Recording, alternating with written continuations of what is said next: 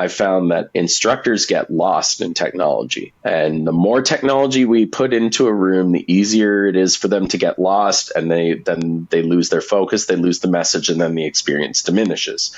Yes, I would argue that to some degree, all of these advancements are fantastic and have their place. But in a general lecture purpose, I'm not necessarily sure that it actually enhances the learning. I'm going to be the guy with the unpopular opinion here, so feel free to direct any comments, not to Aaron. This is my own unpopular opinion. Well, why you booing me? I'm right. On this episode, we discuss experience centers, broadcast production, and standard changes. All that and more on EdTech. EdTech episode 136, Unpopular Opinion. Hello, AV friends. Welcome to another episode of EdTech. Today, I'm joined by Rob Rasberry. Hi, Rob. Hey, Aaron. Always glad to be here. Yeah. So, I always talk about, where the guests are from and what they do, but I kind of feel like it's been a while since we've talked about you. So why don't you tell everyone where you're from and what you do there? Okay. So I am the Director of Collaboration and Classroom Services in the Department of Central IT at Drexel University, which is located in Philadelphia. So we handle central classrooms, roundabouts 100, depending upon which term you go to, and provide support for that. That's the one group that I do, a lot of AV technology, that kind of thing, anything from auditoriums to small classrooms. The other group I handle is called Video Collaboration and Production, which deals with video collaboration, Zoom, Teams, meeting, all that good stuff, and production, video production, live streaming, any kind of video technology. So that's, in a nutshell, quick summary of what I do. Nice. Well, it was good to kind of get a little more in depth with Rob here because, as I figure, we're a little short on our usual panel today. So, yes, figured might as well take the time to get to know Rob a little more. Oh, okay. Okay. What other questions do you want? No. Let's move on. So today's special guest joining us for this episode is Matt O'Reilly from the University of Toronto. Hello. How is everyone today?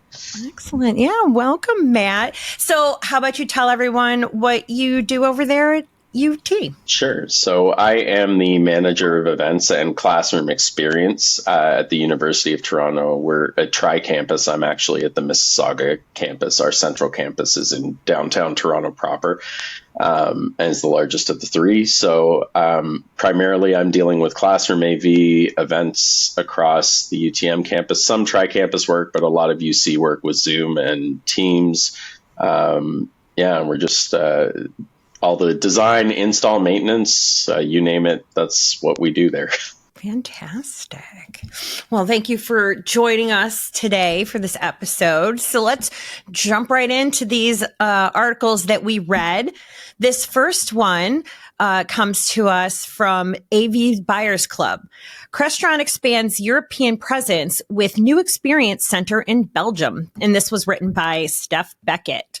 So where should manufacturers be placing these experience centers, over here in North America, or should they just be relying on integrators to have showrooms? It's interesting because I've been to the Crestron Experience Center up in Jersey there, and it's fantastic. That's a good question, Aaron, because I think it comes down to where the company is, where they feel they're going to be able to bring the most people in. I think there's a balance. So you have an experience center because you can bring people in to visit. You have all your products set in the environment that you want it set up in. You have people that are prepared there to answer questions. I also was really appreciative of them taking us through the manufacturing process and that part of it. So you got to get a more intimate look at the company that, you may be doing business with. And I think, having experts there to answer questions was excellent. And you just have sort of an immersive feel versus an integrator comes in, shows some products, or you go to like a regional tech fair and you get, they demonstrate something at a booth. There's nothing wrong with them. I think they're great and I think they're necessary. But sometimes if you're on the cusp of really trying to find out what the product is, what it can do, how it can fit into your environment, in your infrastructure, having these experience centers is a great thing. There's other companies that do it. And obviously with Crestron being sort of a global company, it makes sense to have something out in Belgium, and maybe it's a newer market for them and they're trying to, grab more business. I really don't know, but experience centers really are really great things to get to know a company. Yeah, I would agree completely, Rob. I found that when I did the same tour quite a few years ago now, you really do get a better sense of what the company is about because you have those experts that are able to answer questions a little better with respect to sustainability, with respect to accessibility, all those things that don't necessarily come across at an integrator show, or that, may not be focused on, and to your point earlier is the integrators, they want to show you some product, but they're only showing you a specific line of product, or they're only showing you the what's new, not, how can I integrate this particular piece with my, aged VGA projector, which some schools still have in place, right? Guilty, very guilty. All that being said, I think experience centers are really valuable. I think placing them in centers where people have a better opportunity, where they can get the most reach, would probably be most beneficial. I'm seeing now, obviously, with where manufacturing is going in the US versus where it's starting to go across North America and in Europe, based on the tariff situation and manufacturing costs. I know that's opening up a lot of doors for people as well. So it may give people a better opportunity to showcase their products in markets that they otherwise wouldn't have been in. Yeah, because it sounds like a great idea to have these centers in places that they may not have necessarily a lot of other opportunities. So, but at the same time, for the company itself, they have to go for the most bang for their buck, the most reach. So obviously the more metro centered areas. So like where Crestron's HQ is in Jersey, like it's close to New York. Also then California, Texas, kind of like those bigger reach areas. But yeah, I think it is interesting, the opening of experience centers, but they had recently closed a lot of education centers. So I know there was one near me in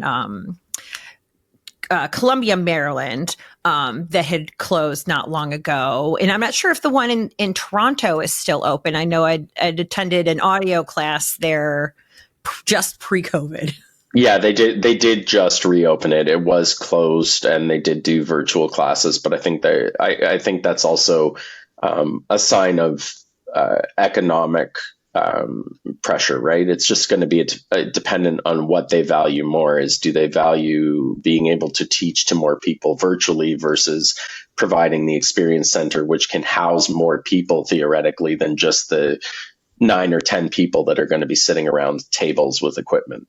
Absolutely. But there's something to be said about that hands-on like training.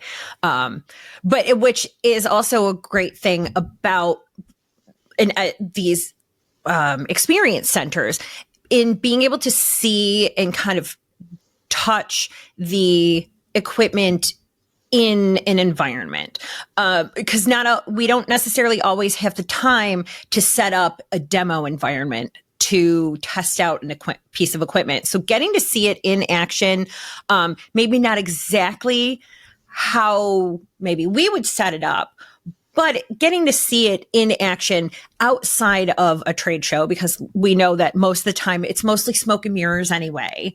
There may not necessarily be exactly the setup going on, as we see what's going on in their booths, but getting to see it in action, getting to talk to those engineers who would be able to answer those questions that you might have about setups or anything. Because I know that my team has certainly asked. They tend to ask a lot of questions when we visit these types of places. So it's great to be able to have those experiences that you might not normally get to have.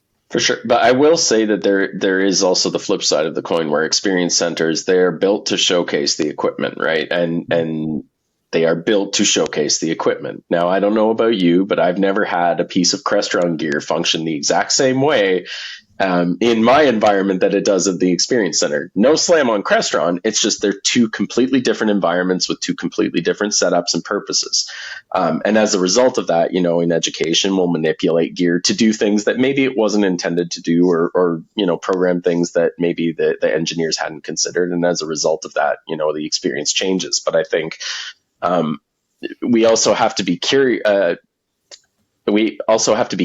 of the experience centers, because they show that ideal performance scenario, which 99.9% of the time you're not going to get outside of that experience center, unless you're really, really lucky. No, you're right, because they have it set up in the ideal conditions under which they control everything. And Lord knows, in a classroom, we do not have control over all of the elements at all. And from day to day, they could even change.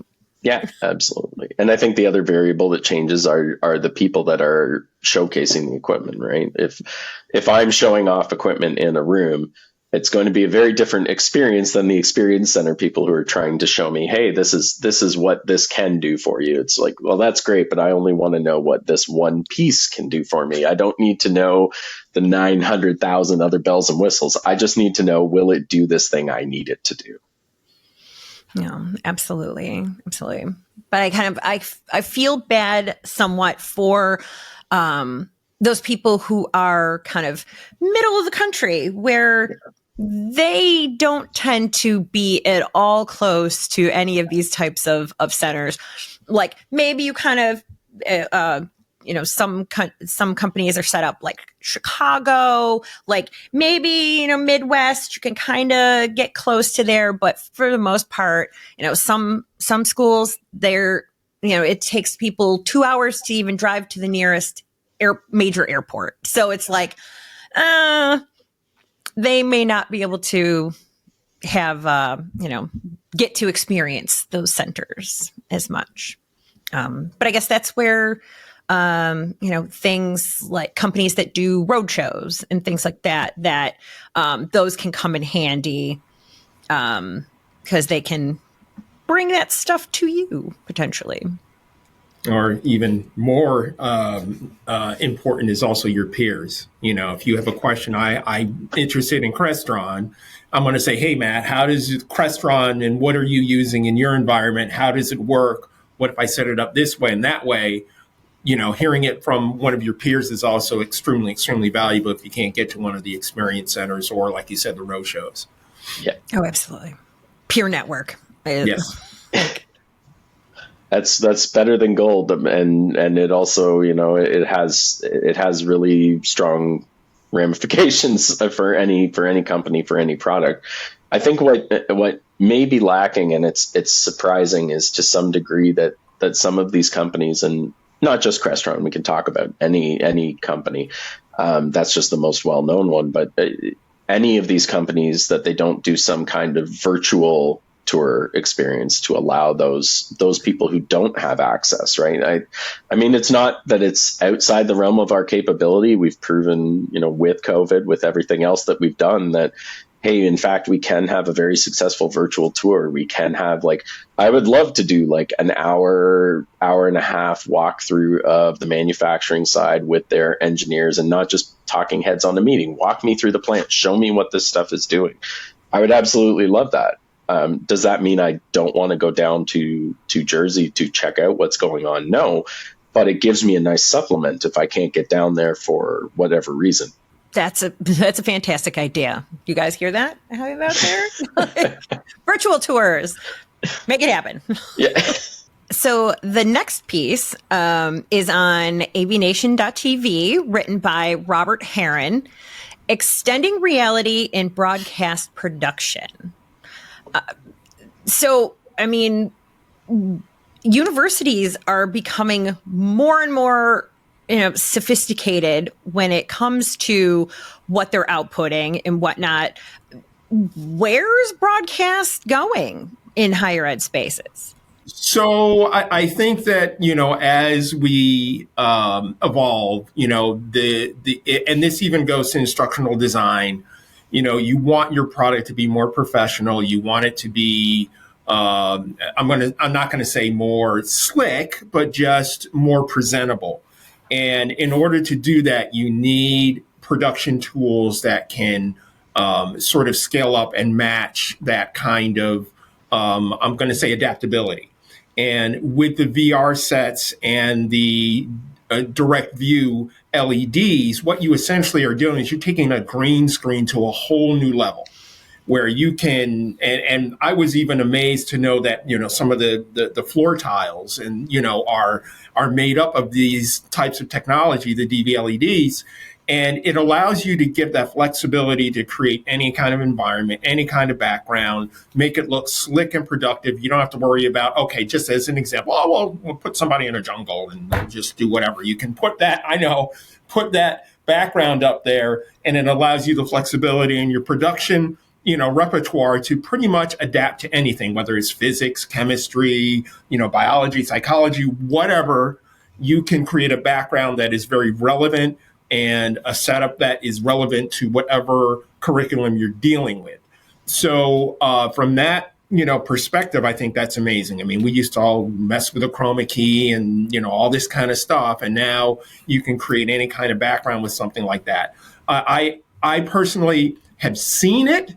We don't have it here so we have to look at the cost and that kind of thing. But I'm sure there are institutions out there that use this and find it to be a great tool.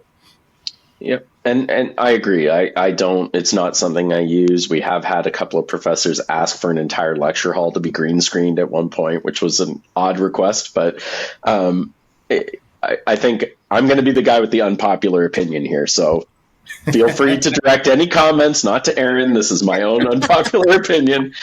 There is something to be said for how that medium is enhancing the message, right? I am all for technology. I am all for making things look really, really strong production value and make sure that they have exactly what everyone's looking for. That being said, I'm also for the message getting across, and depending on how these are being implemented and where, I found that instructors get lost in technology. And the more technology we put into a room, the easier it is for them to get lost, and they lose their focus, they lose the message, and then the experience diminishes. Is it the fault of the technology?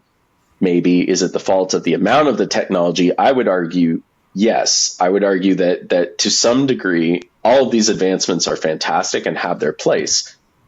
But in a general lecture purpose, I'm not necessarily sure that it actually enhances the learning. And I'd love to see any kind of metrics. And if there are, absolutely, I would love to see them. But I would love to see any kind of metrics that show the experience is better because of being able to throw up that massive background, or being able to have that content behind you in that way. Because I know there are a lot of students that, whether or not they identify are neurodivergent, and you put them in an institution where this kind of thing is set up and some kind of lecture hall, and they're just completely overwhelmed the second they walk in. And I'm sure there are professors that are too.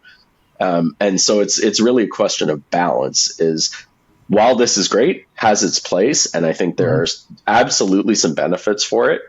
But I'm going to be the unpopular guy in the room who loves technology. But I would say in some cases it's getting a little too much, because we're trying to showcase hey, you can do everything now, but everything is too much. And everything is where you start suffering from analysis paralysis, because now I don't know what I want to do anymore. If you're giving me an unlimited buffet option, I'm not sure where I'm going to start. Point me in a direction and then we're good. So, yeah, to sort of take that a little further, I think, Matt, what we need to do is separate the experience. Yep. This tool is really more used for production, not classroom, everyday lecture hall kind of use. And that would just be too overwhelming.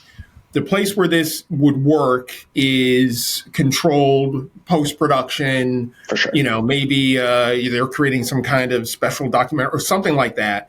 But as far as for everyday lecture, classroom use, no, you're absolutely right. It's just absolutely too overwhelming. Yep. And I totally agree with that. And I think there are some instructors, though, that would absolutely love it, is all I'm saying. There are instructors that I know would get a kick out of doing this every day and don't care so much about the post-production side of it, right?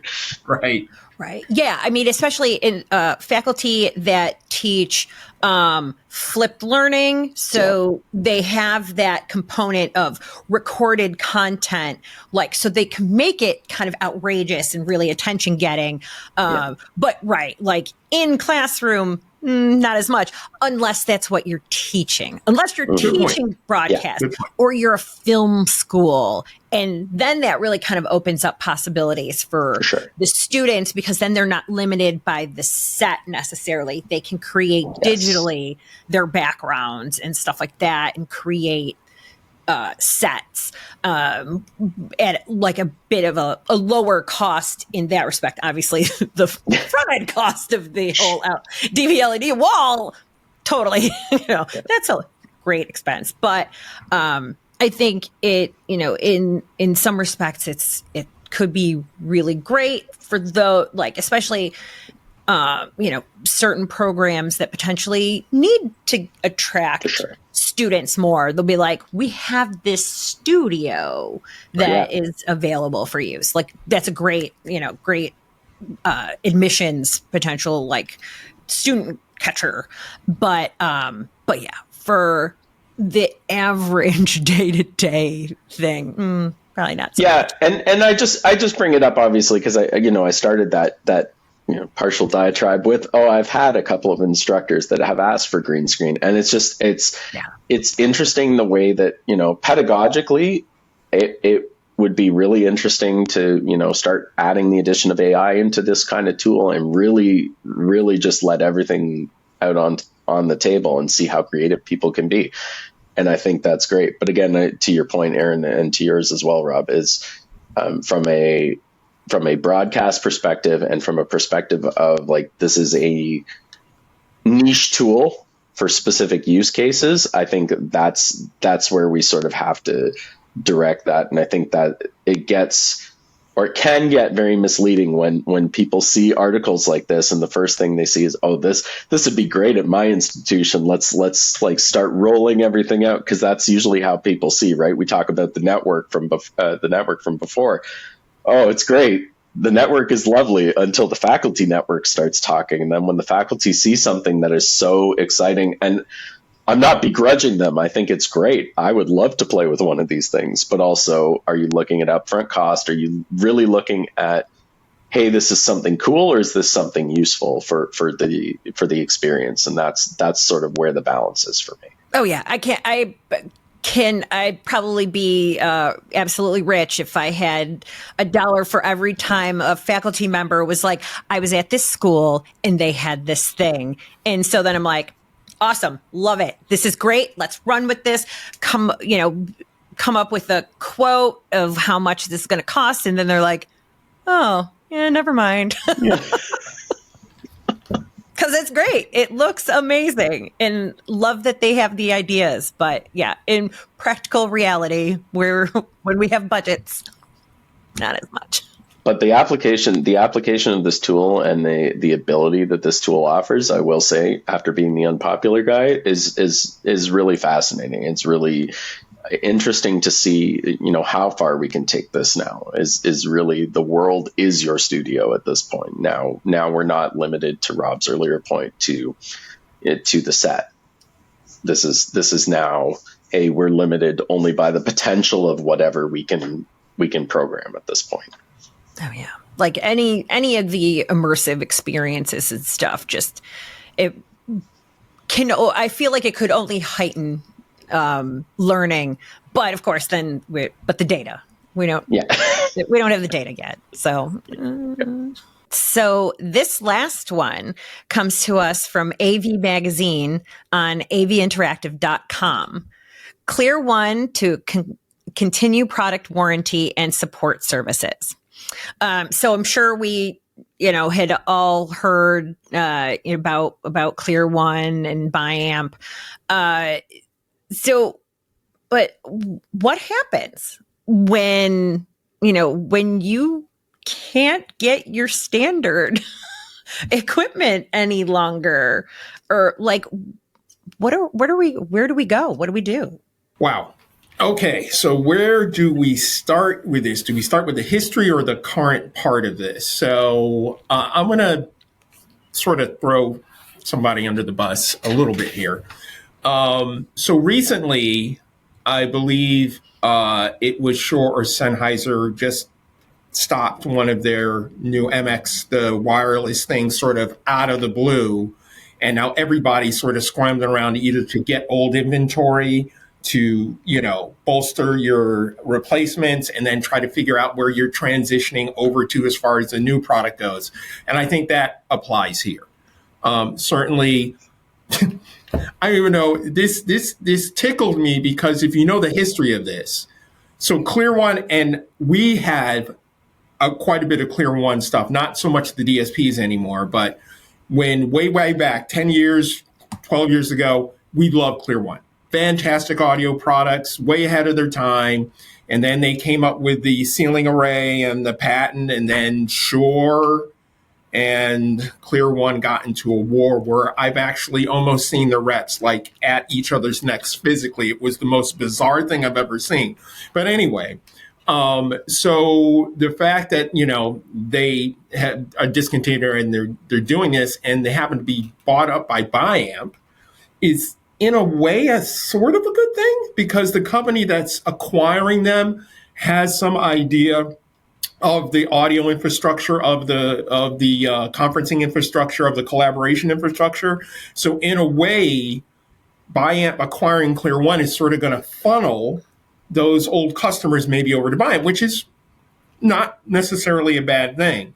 But, it brings to question again, Aaron, it's like when a product is discontinued or a company is discontinued, what does this do with your standard? It sort of puts it in a tizzy, and you just have to make the adjustment to, okay, we're stopped using this product. Now we have to find a new one, test a new one, ask people I know, get demos, go to experience centers, see that kind of thing, and just make the adjustment onto the new platform. And I think, Matt, you were, shaking your head yes, and buying up old inventory to give you a little bit of a buffer to make that transition. So this is fascinating to me. This is, when I read it, I was like, oh my gosh. Yeah, I saw it, and the first thing I did was send it to my design guy, and he said, all he sent me was that emoji with the head explosion. And what's interesting about this, and I've always tried to, I'm one of those people that I can't look at, this is best case scenario. I have to look at every scenario, and I have to really make sure that I have like 4 backups in place, because I don't trust, for whatever reason, I don't trust that something's not going to be discontinued. Insert Crestron matrix switchers here. That notwithstanding, that's my own personal bias, and I've already informed my Crestron reps that I was not pleased with that, but that's neither here nor there. What's interesting about this is I try not to call any of my product that I use standard, because the second I call it standard, it's the second that somebody else starts speccing stuff directly into my designs, and I know it's not going to either last or work or be available by the time that design gets through RFP, et cetera, et cetera. So I always try to work within guideline and find 3 or 4 products that would be acceptable to work within the specification that I need, which I find tends to be a better way to approach, especially when this kind of situation comes up, because I've been burned before where a product suddenly got discontinued, not the Crestron stuff, but the product suddenly got discontinued, and I was left scrambling. And it was because I had specified this into about 3 or 4 RFPs that I had already had out. So, at that point, everything becomes a change order. So the second that I start putting it in as a standard, people take it as gospel. But the second that I start just leave the specifications, it has to meet these specifications. Then at least I've given myself a little leeway on either side to say, okay, this Atlona device will work, or this Extron device will work, whatever it happens to be that I need to fill that gap. Absolutely. Because in the end, as long as the experience for the user is the same, they don't care what label's on that box in the rack. We might right. Because of the expense. We might, or because of the design implications, we might.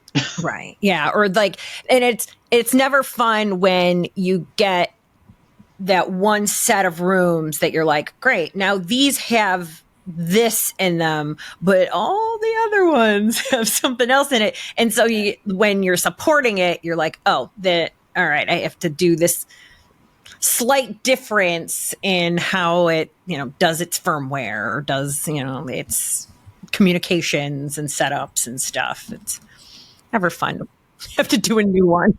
No, it's not. And I think the other thing to take into consideration when, as Rob was talking about, buying up as much as you can, I know there are a lot of schools that also compete for those parts, a lot of manufacturers, a lot of vendors that will be also trying to do the same thing.